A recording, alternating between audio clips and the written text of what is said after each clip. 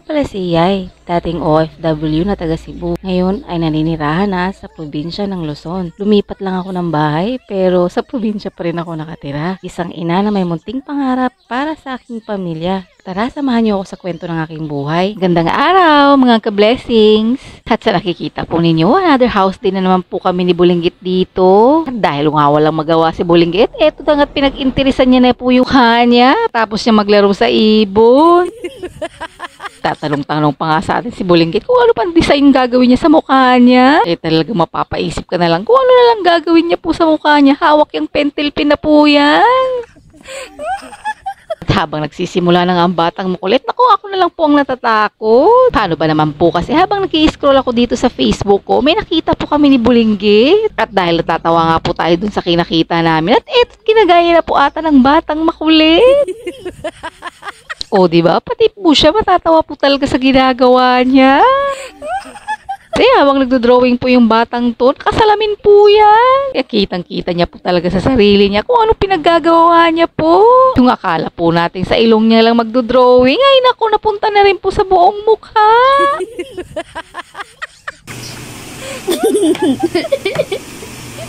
Silly.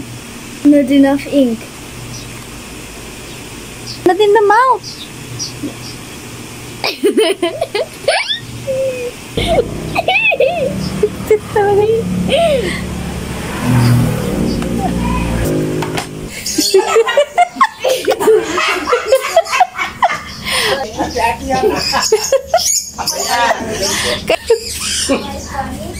Amay pani daw. Tinanong niya pa, amay pani.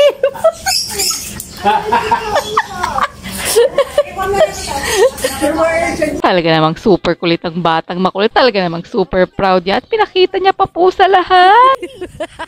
At eto, nagsisipagtawanan na lang po kami sa batang ito.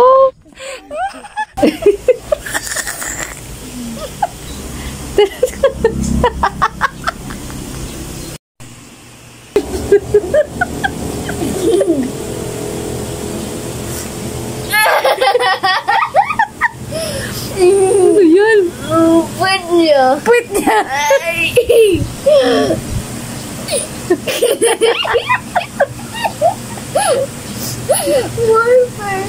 Dahil natapos na nga siya mag-drawing sa mukha niya. At eto naman kay daddy niya naman sinimulan mag-drawing sa tiyan niya. Ano ba naman kasi natutulog po itong isang to? Eh mukhang hindi pa po kontento ang batang makulit. Kaya yan sinimulan niya na po sa tiyan ng daddy niya.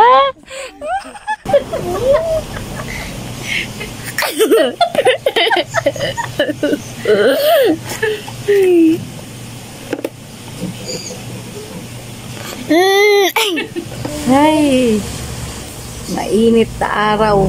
Mulan na lahat. Uminit naman. Habang may isang bagyong doon. Ginawang mapa ng Pilipinas yung tiyan. Ayun o. Tulog pa more. Talaga namang tuwang-tuwa na lang po ako dito habang nanonood ang ina niyo. Ano ba naman po kasi talagang hindi na po talaga natapos ang batang makulit. Kung kanina lang po ay maliit yung dinodrawing niya, ay naku, lumaki na po talaga ng malala. O siya, yan lang po muna sa araw na to mga ka-blessings. Salamat sa pagtanaw. At dahil nakarating ka na nga po pala sa part ng video na to, pipili po tayo ng isang masugid naming manonood at supporters na mabibigyan po namin ng pa-blessing. Basta ayaw lang kalimot og like and share and follow sa among video. Salamat sa pagtanaw. Amping!